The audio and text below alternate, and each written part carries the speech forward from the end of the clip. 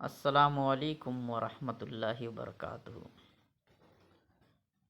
آئیے میرے دوستوں، میں سورہ اخلاص کی کچھ فضیلت بیان کرتے ہیں، جس میں آقائے کریم صلی اللہ تعالیٰ علیہ وسلم ارشاد فرماتے ہیں کہ یہ سورہ اخلاص جو ہے یہ بہت چھوٹی سی صورت ہے۔ دیکھنے میں تو بہت چھوٹی سی صورت ہے، لیکن اللہ تعالیٰ نے اس میں بہت فضیلت رکھی ہے۔ دیکھنے میں چھوٹی ہے، لیکن حقیقت میں اس کا مرتبہ بہت بڑا ہے۔ تو آئیے سب سے پہلے سورہ اخلاص کو ہم جانتے ہیں کہ سورہ اخلاص کسے کہتے ہیں۔ تقریباً یہ سورت ہمارے ہر مسلمانوں کو یاد ہوگا۔ یہ بہت چھوٹا سا سورت ہے، تو آئیے سب سے پہلے ہم اس سورت کو سنتے ہیں کہ سورہ اخلاص کون سا سورت ہے۔ بسم اللہ الرحمن الرحیم۔ قل هو اللہ احد اللہ الصمد لم یلد ولم یولد ولم یکن لہ کفوا احد۔ یہی سورت ہے، اسی سورت کا نام ہے سورہ اخلاص۔ کیا نام ہے؟ سورہ اخلاص۔ تو آئیے سب سے پہلے اس کی فضیلت جانتے ہیں، اس کے بارے میں کیا فضیلت آئی ہے۔ سب سے پہلے اس کی فضیلت یہ ہے کہ آقائے کریم صلی اللہ تعالیٰ علیہ وسلم ارشاد فرماتے ہیں کہ اگر کوئی بندہ، کوئی بھی شخص، ایمان والا مسلمان یہ چھوٹی سی سورت کو 3 مرتبہ پڑھے گا۔ کتنی مرتبہ؟ اسی سورت کو 3 مرتبہ پڑھے گا تو اس کو ایک قرآن کریم کا ثواب ملتا ہے۔ سبحان اللہ!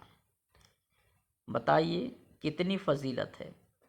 اگر آپ ایک مرتبہ قرآن کریم کو پورا کامل پڑھیں گے، ختم کریں گے، اس کا ثواب ایک مرتبہ ملے گا، لیکن جو ہی اس پر آپ اچھے سے عمل کریں گے،